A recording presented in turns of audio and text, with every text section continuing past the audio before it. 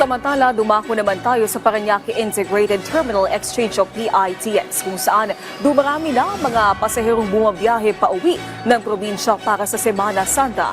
Andun ngayon si Gab Villegas live.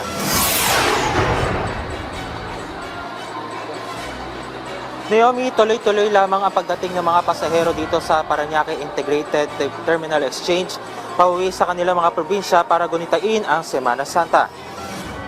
Pauwi patungong Bulan Sorsogon si Melvin ngayong araw para doon gunitain ang Semana Santa kasama ang kanyang pamilya.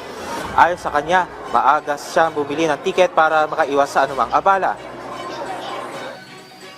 Actually po, nagpa-reserve na ako bago pa mag-Holy Week.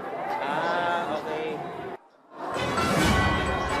Kung si Melvin ay pauwi na ngayong araw, si Alvin naman ay muling bumalik ng PITX para magbakasakali na makakuha ng tiket pauwi ng kanilang probinsya. Ayon sa kanya, sana siya ng Birac Catanduanes, ngunit naubusan naman ito ng tiket.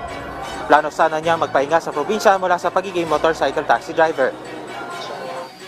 Babakasakali pa lang sir kung makakuha ng ticket o wala eh. Ilan lamang sina Melvin at Alvin sa mga pasahero na pauwi sa kanilang mga probinsya. Ayon sa pamunuan ng PITX, as of 1 p.m. ay aabot na sa 92,179 ang foot traffic sa terminal. Inaasahan naman sa naaabot na tinatayang 200,000 ang mga magtutungo sa PITX ngayong araw.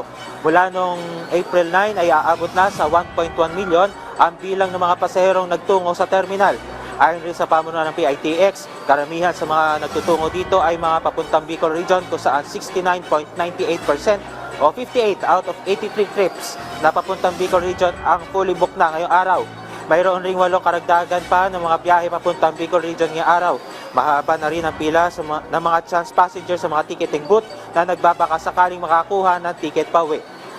Naomi, sa mga oras na ito ay tuloy-tuloy lamang yung mga pagdating ng mga pasahero dito sa PITX at meron ding mga nakakalat na mga medical personnel para tumugos sa posibleng emergency situations na maaaring mangyari.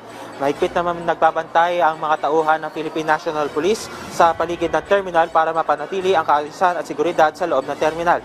Nagpapaalala rin ang pamunuan ng PITX sa mga pasahero na ipinagbabawal ang pagdadala ng anumang mga matutulis sa bagay o anumang bagay na maaaring pagmula ng sunog. At yan muna ang update, Naomi.